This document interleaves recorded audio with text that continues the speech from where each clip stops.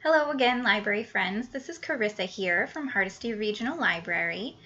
This week, I'm going to be talking about books that have been written more recently but feel like they're old classic fairy tales, as well as some books that are modern or contemporary settings for fairy tales. So the first book that I have for you is The Deep by Rivers Solomon. So you may remember that I've recommended another one of Rivers Solomon's books, An Unkindness of Ghosts. They're just that good of a writer, so you need to read both of their books. This one is one of the more unique stories that I'm going to be talking about today, and it also has a unique origin. So in this book, the water-breathing descendants of African slave women tossed overboard have built their own underwater society and must reclaim the memories of their past to shape their future in this brilliantly imaginative novella inspired by the Hugo Award-nominated song, The Deep, from Daveed Diggs' rap group, Clipping. The main character, Yetu, holds the memories of her people who live idyllic lives in the deep. Their past, too traumatic to be remembered regularly, is forgotten by everyone save Yetu, the historian. The memories, painful and wonderful, traumatic and terrible and miraculous, are destroying her. And so she flees to the surface, escaping the memories, the expectations, and the responsibilities, and discovers a world her people left behind long ago. Next, this one is one of my favorite books, and I have reread this countless times since I first discovered it when I was 14. Sabriel by Garth Nix is one of the most creative magic systems that I've ever encountered in any series.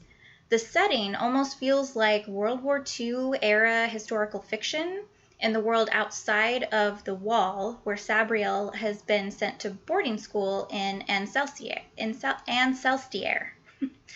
The magical world of the Old Kingdom beyond the wall is filled with free magic and the reanimated dead that has an Eastern European folklore vibe.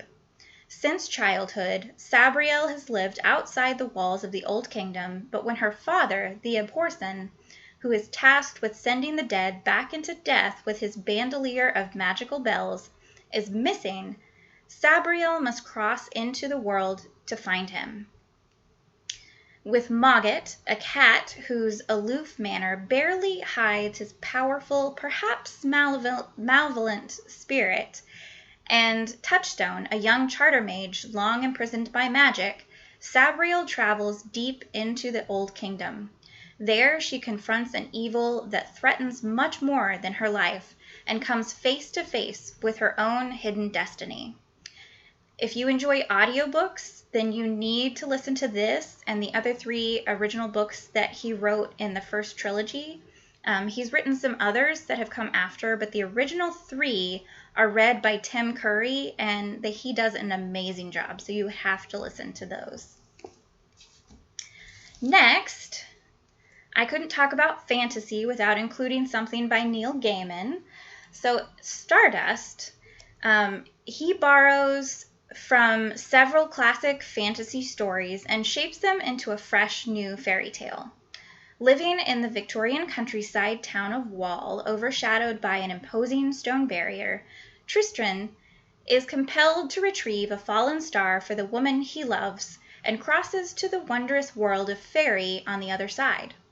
He finds the star only to discover that she is a beautiful young lady named Yvain.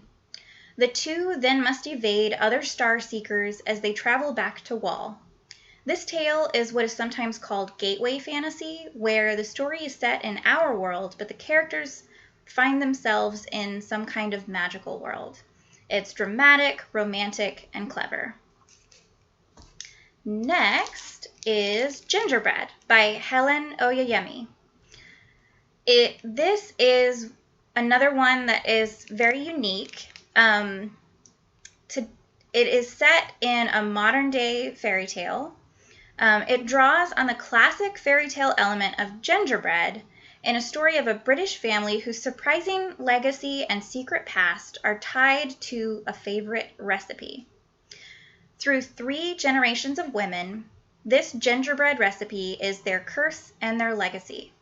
In an effort to understand her heritage, precocious Perdita Lee recreates her family's famed gingerbread recipe with additional ingredients that have near fatal consequences. When she slips into a coma, Harriet, her mother, is forced to tell her the truth of their family.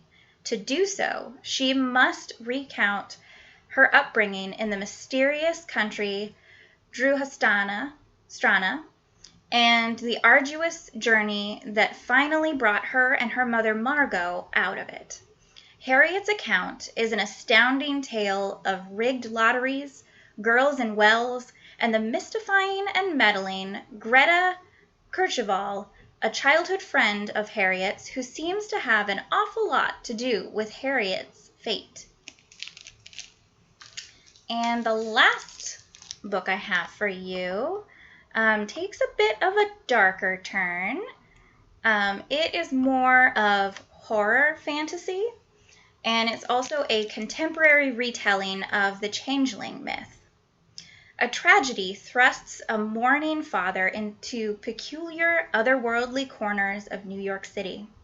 When Apollo and Emma have their baby Brian, it feels like both reward and challenge for the new dad. But after young parent squabbles and inexplicable images on their smartphones foreshadow trouble, the story turns nightmarish. Apollo suffers from bizarre dreams and is shocked when his wife commits an act of astounding violence before disappearing, compelling Apollo's odyssey through a world he barely understands. Laval's trippy blend of horror, fantasy, and realism follows the notion that fairy tales are manifestations of our fears and anxieties. So those are the fantasy books that I have for you this week. Thank you for joining me, and I will see you next week for another Book Talk Tuesday.